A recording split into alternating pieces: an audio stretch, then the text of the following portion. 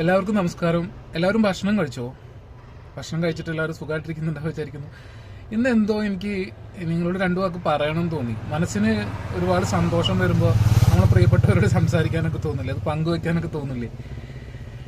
ശരിക്കും പറഞ്ഞാൽ കുറച്ച് ദിവസങ്ങളായിട്ട് എന്നെ ഭയങ്കരമാണ്, എന്നെ മാത്രമല്ല എൻ്റെ വണ്ടിയിലും ഭയങ്കര ദുർഗന്ധമാണ്.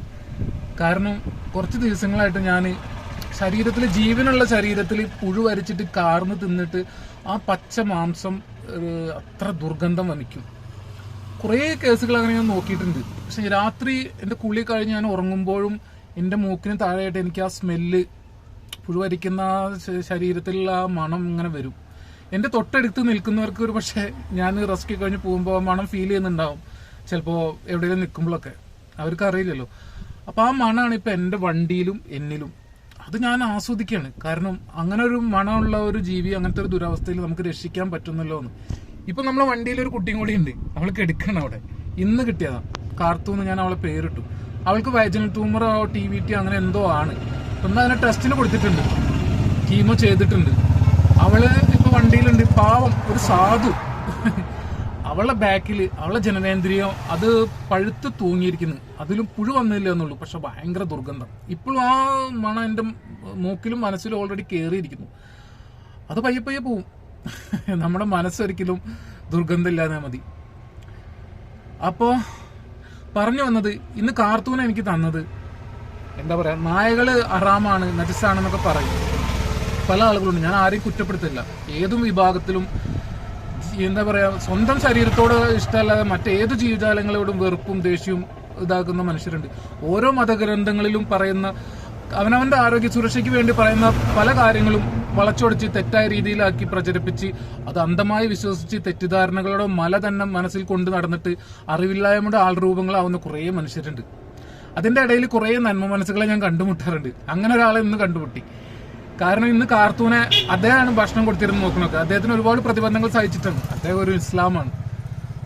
ആ നായക്കുട്ടീനെ എടുക്കാനും എന്നോട് ചേർത്ത് നിർത്തി എൻ്റെ കയ്യിലൊക്കെ എടുത്തു തന്നൊക്കെ അവർ തന്നെയാണ്. അത് യഥാർത്ഥ മനുഷ്യൻ, അവരൊക്കെയാണ് യഥാർത്ഥ മനുഷ്യൻ. അതുമാത്രമല്ല, ഇപ്പൊ നമ്മുടെ പ്രഭാകരനെ നോക്കുന്ന, ഞാൻ ആദ്യമായിട്ടാണ് ഒരു പുറത്തൂര് ഒരു ജീവിക്ക് വേണ്ടിയിട്ട് ഇത്രയും മനുഷ്യർ, നാട്ടുകാർ അവന്റെ അസുഖം മാറാൻ വേണ്ടിയിട്ട് ഇത്രയും റിസ്ക് എടുത്തിട്ട് രാവും പകലും അവനെ നോക്കി നിൽക്കുന്നത്. അവരുടെ ഉത്സവം വരികയാണ്. ഉത്സവം വരുമ്പോൾ അതിൽ ഹിന്ദുവോ മുസ്ലിമോ എന്നൊരു വേർതിരിവില്ല, എല്ലാവരും ഉണ്ട്. എല്ലാവരും പേരെനിക്ക് അറിയുന്നില്ലെന്നുള്ളൂ. അവിടുത്തെ ഉത്സവം വരികയാണ്. ഉത്സവം വരുന്നതിന്റെ മുന്നേ പ്രഭാകര നീ ഓടി നടക്കണം ഇവിടെ എന്ന് പറയണം അവര്.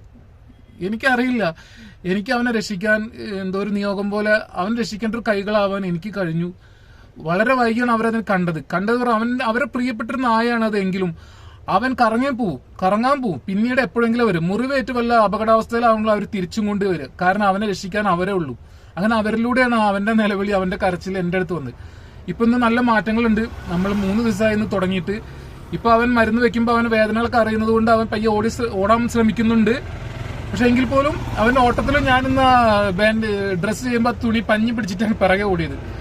എങ്കിലും ഡ്രസ്സ് ചെയ്യാൻ കുറേശ്ശെ സഹകരിക്കുന്നുണ്ട്. അവന് വേദനിക്കുമ്പോൾ എന്നെ കടിക്കാൻ ശ്രമിക്കുന്നുണ്ടെങ്കിലും അവൻ കടിക്കുന്നില്ല. എനിക്കൊരു മുന്നറിയിപ്പ് തരണം. എന്തായാലും നമ്മുടെ വീട്ടിലെ 12 കുട്ടികളും വാ തുറന്ന് വിശന്നിട്ടിരിക്കുകയാണ്. ഇനി അവിടെ പോയിട്ട് അവർക്ക് ഭക്ഷണം കൊടുക്കണം. അപ്പൊ നമ്മളൊക്കെ ജീവിതം ക്ഷണികമാണ് ഈ ഭൂമിയിൽ. ആരോടും വെറുപ്പോ വിദ്വേഷവും ഒരു വിദ്വേഷമോ ഒരു ജീവികളോടും അറപ്പോ വെറുപ്പോ ഇല്ലാതെ നിങ്ങൾക്ക് ഈ ഭൂമിയിൽ ഓരോ ലക്ഷ്യങ്ങളുണ്ട്, ഓരോ നിയോഗങ്ങളുണ്ട്.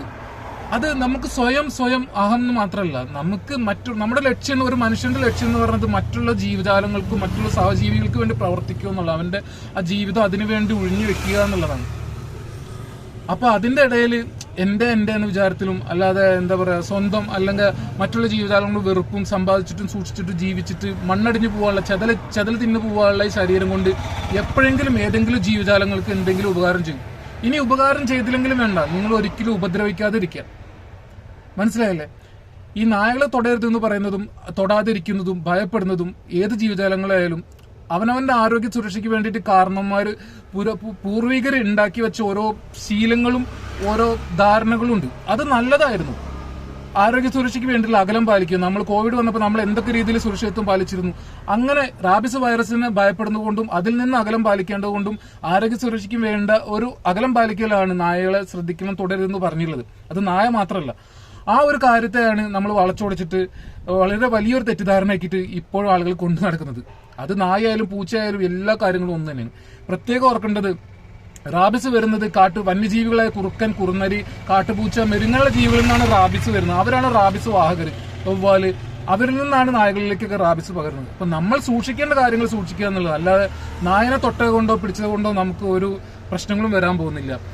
ഏത് മതവിഭാഗത്തിലെ ആളുകളായാലും അറപ്പോ വെറുപ്പോ ഇല്ലാതെ നിങ്ങൾ ഓരോ ജീവജാലങ്ങളെ സ്നേഹിക്കാൻ പഠിക്കാം.